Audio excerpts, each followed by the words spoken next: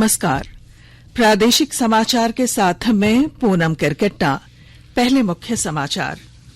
राज्य में त्रिस्तरीय पंचायत चुनाव के पहले चरण के लिए कल सुबह 7 बजे से 3 बजे तक डाले जाएंगे वोट। सभी प्रशासनिक तैयारियां पूरी। राज्यपाल रमेश बैस ने कल्याण विभाग से एससी, एसटी, पिछड़ा और अल्पसंख्यक वर्ग के विकास कार्यों की मांगी रिपोर्ट। उच्चतम न्यायालय ने नीट पीजी परीक्षा 2022 स्थगित करने की मांग वाली याचिका को किया खारिज। कहा, परीक्षा के लिए निर्धारित समय सारणी का पालन जरूरी। और मौसम विभाग ने राज्य के कई जिलों में वज्रपात के साथ बारिश की जताई संभावना। पाकुड़ में ठनका की चपेट में आने से 2 लोगों की मौत। और अब समाचार विस्तार से। राज्य में पहले चरण में कल होने वाले पंचायत चुनाव की तैयारियां पूरी कर ली गई हैं। इसमें 52,22,000 से ज्यादा मतदाता अपने मताधिकार का प्रयोग करेंगे।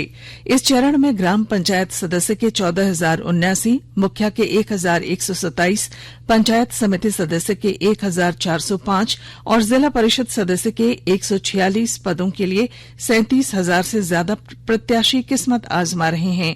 और जानकारी दे रही हैं हमारी संवाददाता।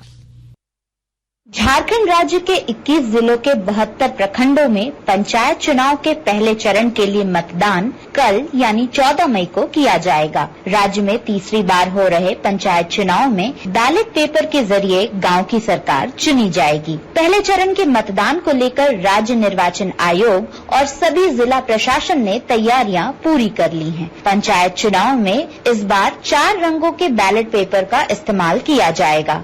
इसमें सफेद, गुलाबी, हरा और पीले रंग के बैलेट पेपर शामिल हैं। सफेद बैलेट पेपर वार्ड सदस्य के चुनाव के लिए इस्तेमाल किया जाएगा। वहीं गुलाबी बैलेट पेपर मुखिया के लिए, हरे रंग का बैलेट पेपर पंचायत समिति सदस्य के लिए और पीले रंग का बैलेट पेपर का इस्तेमाल जिला परिषद सदस्य के लिए चुना गया है। सभी जिलों में प्रथम चरण के मतदान के लिए आज पोलिंग पार्टियां मतदान सामग्री के साथ रवाना हो गयी। सभी पोलिंग पार्टियों के साथ उनके सेक्टर मजिस्ट्रेट भी मौजूद थे। कल सुबह 7 बजे से मतदान की प्रक्रिया शुरू होगी, जो दोपहर 3 बजे तक चलती रहेगी। प्रथम चरण के मतदान की समाप्ति के बाद मतगणना 17 मई को सुबह 8 बजे से शुरू होगी। शिल्पी, आकाशवाणी समाचार, रांची। रांची के उपायुक्त छवि रंजन ने पंचायत चुनाव के पहले चरण के लिए कल होने वाले मतदान की तैयारियों का जायजा लिया। उन्होंने प्रेस वार्ता कर मतदान संबंधी जानकारी साझा की। जिला प्रशासन ने जितने भी मतदान करने हैं उन सभी लोगों की भी मैपिंग कर ली है। सभी लोगों का डेटाबेस तैयार कर लिया गया है और 14 तारीख को प्रथम चरण का मतदान है, सुबह 7 बजे से लेकर दोपहर के 3 बजे तक। और 17 तारीख को मतगणना जो है वो 8 बजे से शुरू होगी। प्रथम चरण में कुल मतदान केंद्र जो है वो 648 है और कुल मतदान भवन की संख्या जो है वो 432 है। प्रथम चरण में लगभग 2,592 मतदान कर्मी जो है प्रथम चरण में मतदान कराने में सहयोग करेंगे जिला प्रशासन को। पहले चरण में पाकुड़ प्रखंड में कल होने वाले पंचायत चुनाव की तैयारियां पूरी कर ली गई हैं। सभी 561 मतदान केंद्रों पर सुरक्षा के पुख्ता इंतजाम किए गए हैं। आज बाजार समिति प्रांगण के चुनाव सामग्री और मतपेटी के साथ मतदान दल को रवाना किया गया। बता दें कि पहले चरण के पाकुड़ में होने वाले पंचायत चुनाव में वार्ड सदस्य के 406 पद के विरुद्ध 1,036, मुखिया के 54 पदों के लिए 149, पंचायत समिति के 43 पदों के विरुद्ध 150 और जिला परिषद के 6 पदों के लिए 37 प्रत्याशियों के भाग्य का फैसला 94,566 पुरुष और 4,972 महिला मतदाता करेंगे। प्रशासन ने पहले चरण में 561 बूथों पर होने वाले चुनाव को लेकर 307 मतदान केंद्रों को अति संवेदनशील, 225 को संवेदनशील और 29 को सामान्य श्रेणी के रूप में चिन्हित किया है। अति संवेदनशील मतदान केंद्रों पर पारा मिलिट्री फोर्स की तैनाती की गई है।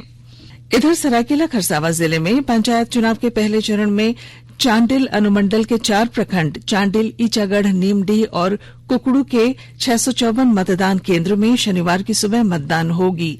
जिला मुख्यालय सरायकेला के काशी साहू महाविद्यालय में बने डिस्पैच सेंटर से आज सभी मतदान केंद्रों के लिए 2616 कर्मियों को मतपेटी और अन्य सामग्रियों के साथ रवाना किया गया। रवाना होने से पूर्व डिस्पैच सेंटर में उपायुक्त अरवा राजकमल और पुलिस अधीक्षक आनंद प्रकाश ने कई निर्देश दिए। लोहरदगा के किस्को और पेशरार प्रखंड में कल होने वाले मतदान के लिए आज कुल 150 पोलिंग पार्टियां समाहरणालय परिसर से रवाना हुई। इससे पूर्व गुरुवार को 21 पोलिंग पार्टियां प्रथम चरण के मतदान के लिए रवाना हुई थीं। आज सभी पोलिंग पार्टियों को उनके मतदान सामग्री के साथ रवाना किया गया। सभी पोलिंग पार्टियों के साथ उनके सेक्टर मजिस्ट्रेट भी मौजूद थे। गुमला जिले के 3 प्रखंडों में पहले चरण में कल मतदान होना है, जिसमें रायडीह प्रखंड में जिला परिषद सदस्य का 1 पद, जिसके लिए 4 प्रत्याशी मैदान में हैं। वहीं पंचायत समिति सदस्य के कुल 14 पद हैं, जिसमें 5 सदस्य निर्विरोध निर्वाचित हुए हैं। मुखिया पद के लिए कुल 13 पद हैं, जिसके लिए 88 प्रत्याशी उम्मीदवार हैं। ग्राम पंचायत सदस्य के लिए कुल 145 पद हैं, जिसमें से 111 प्रत्याशी निर्विरोध निर्वाचित हैं। बाकी 34 पदों के लिए कुल 79 प्रत्याशी मैदान में हैं। वहीं सिसई प्रखंड में जिला परिषद सदस्य के कुल 2 पद हैं, जिसमें 6 प्रत्याशी उम्मीदवार हैं। बरनो प्रखंड में जिला परिषद सदस्य के कुल 2 पद के लिए 8 प्रत्याशी अपना भाग्य आजमा रहे हैं। पहले चरण में बुंडू अनुमंडल के सभी प्रखंडों में कल मतदान संपन्न कराया जाएगा। चुनाव को लेकर सभी आवश्यक तैयारियां पूरी कर ली गई हैं। बुंडू अनुमंडल में 648 मतदान केंद्र बनाए गए हैं, जिसमें सामान्य मतदान केंद्र, संवेदनशील और अति संवेदनशील मतदान केंद्र चिन्हित किए गए हैं। बुंडू थाना क्षेत्र में चुनाव को लेकर पुलिस फोर्स को अपने अपने क्लस्टर में आज ही रवाना किया गया है। कोडरमा जिले में मतदान का प्रतिशत बढ़ाने को लेकर आज हस्ताक्षर अभियान चलाया गया। कोडरमा जिला मुख्यालय के बाहर हस्ताक्षर अभियान के लिए लगाए गए बैनर बोर्ड पर जिले के डीसी, एसपी समेत दूसरे आला अधिकारियों ने हस्ताक्षर कर लोगों से बढ़ चढ़कर मतदान में अपने मताधिकार का प्रयोग करने की अपील की। दूसरे चरण में 19 तारीख को सदगावा, मरकच्चो और डोमचांच प्रखंड में पंचायत चुनाव के लिए वोट डाले जाएंगे, जबकि चौथे चरण में चंदवारा, कोडरमा और जयनगर के लोग अपने मताधिकार का प्रयोग करेंगे। हस्ताक्षर अभियान के अलावा जागरूकता रथ को भी रवाना किया जाएगा, जो ग्रामीण क्षेत्रों में जाकर लोगों को मतदान के प्रति प्रेरित करेगा। राज्यपाल रमेश बैस ने अनुसूचित जाति, अनुसूचित जनजाति, पिछड़ा और अल्पसंख्यक वर्ग के लोगों के विकास कार्यों की रिपोर्ट मांगी है। उन्होंने पिछले 2 वित्त वर्ष 2019-20 और 21-22 में इन वर्गों के हित में किए गए कामों की रिपोर्ट कल्याण विभाग से मांगी। बताया गया है कि राज्यपाल ने विभाग के तहत संचालित किए जाने वाली सभी योजनाओं की जानकारी मांगी है। इनमें आवासीय विद्यालय, मॉडल आवासीय विद्यालय, छात्रवृत्ति योजना, स्वास्थ्य से जुड़ी योजनाएं, आदिवासी समाज के धार्मिक स्थलों जैसे सरना, हरगढ़ी और मसना का संरक्षण, कब्रिस्तानों की घेराबंदी, आजीविका और कौशल विकास से जुड़ी योजनाएं शामिल हैं। प्रधानमंत्री नरेंद्र मोदी ने मध्य प्रदेश की स्टार्टअप नीति और क्रियान्वयन योजना 2022 का वर्चुअल उद्घाटन किया। मौके पर उन्होंने राज्य को उद्यम का केंद्र बनाने के इस प्रयास के लिए मध्य प्रदेश सरकार की सराहना की और इस पारिस्थितिकी तंत्र के लोगों से कार्यक्रम में शामिल होने का आग्रह किया।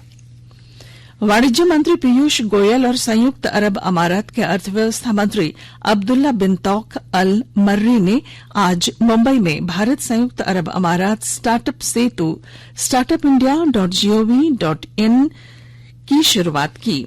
इस सेतु के शुरू होने से दोनों देशों के उद्यमियों और हितधारकों को स्टार्टअप पारिस्थितिकी तंत्र के बारे में आसानी से जानकारी मिलेगी। आकाशवाणी के ताजा तरीन समाचारों के लिए आप हमारी वेबसाइट newsonair.com पर लॉग ऑन कर सकते हैं। ताजा समाचार Twitter handle @AIR News Alerts और Facebook page all India radio news पर भी उपलब्ध है। आप प्रादेशिक समाचार एकांश के ट्विटर हैंडल @AIR News_Ranchi और फेसबुक, इंस्टाग्राम पेज तथा YouTube channel AIR News Ranchi पर भी हमारे बुलेटिन सुन सकते हैं। प्रादेशिक समाचार आप आकाशवाणी रांची से सुन रहे हैं और अब पेश हैं कोरोना से बचाव के कुछ संदेश। चलो मिलकर एक शुरुआत करें, चलो एक फैसला आज करें, मास्क नहीं तो टोकेंगे, कोरोना को रोकेंगे, चलो एक वादा करते हैं, चलो कुछ वादा करते हैं, मास्क नहीं तो टोकेंगे, कोरोना को रोकेंगे। भारत सरकार द्वारा जनहित में जारी। कोविड-19 से बचाव और सुरक्षित रहने के 3 उपाय। मास्क लगाएं, 2 गज दूरी है जरूरी, सुरक्षित दूरी रखें, हाथ और मुंह साफ रखें। प्रादेशिक समाचार में आपका फिर स्वागत है।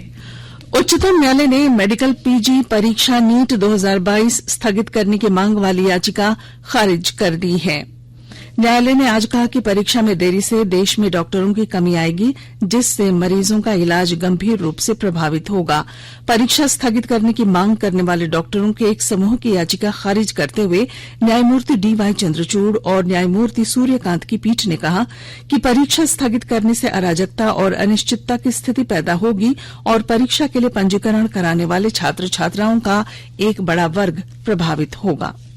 केंद्रीय स्वास्थ्य मंत्रालय ने कहा है कि विदेश यात्रा करने वालों के लिए कोविड वैक्सीन की एहतियाती खुराक अब दूसरी खुराक के लगने की तारीख से 9 महीने की जगह पर 3 महीने या 90 दिन के न्यूनतम अंतराल पर दी जा सकती है।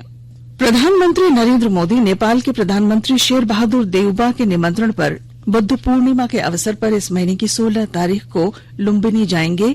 2014 के बाद से प्रधानमंत्री की यह 5वीं नेपाल यात्रा होगी।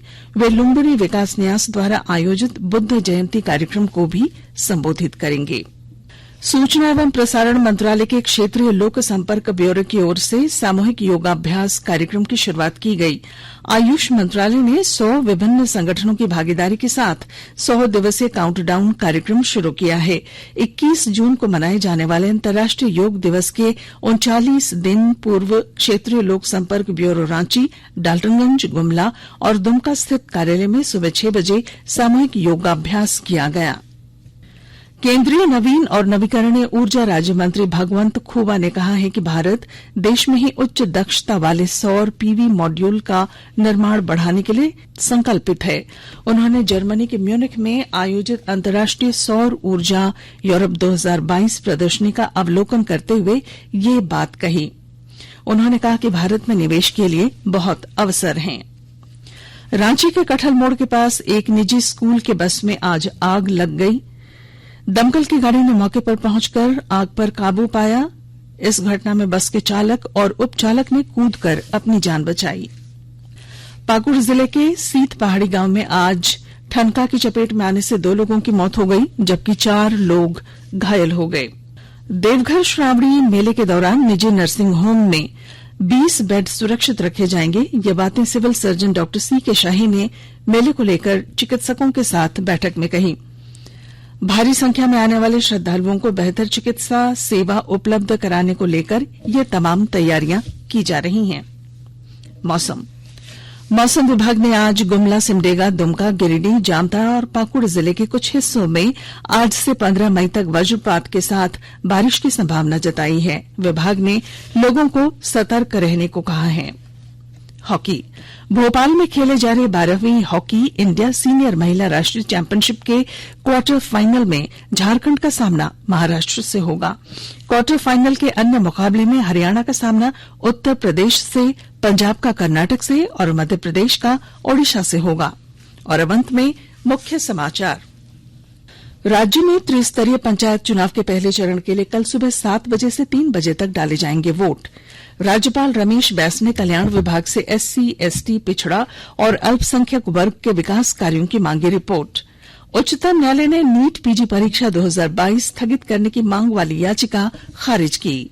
और मौसम विभाग ने राज्य के कई जिलों में वज्रपात के साथ बारिश की जताई संभावना। और इसके साथ ही आकाशवाणी रांची से प्रादेशिक समाचार का ये बुलेटिन समाप्त हुआ। नमस्कार।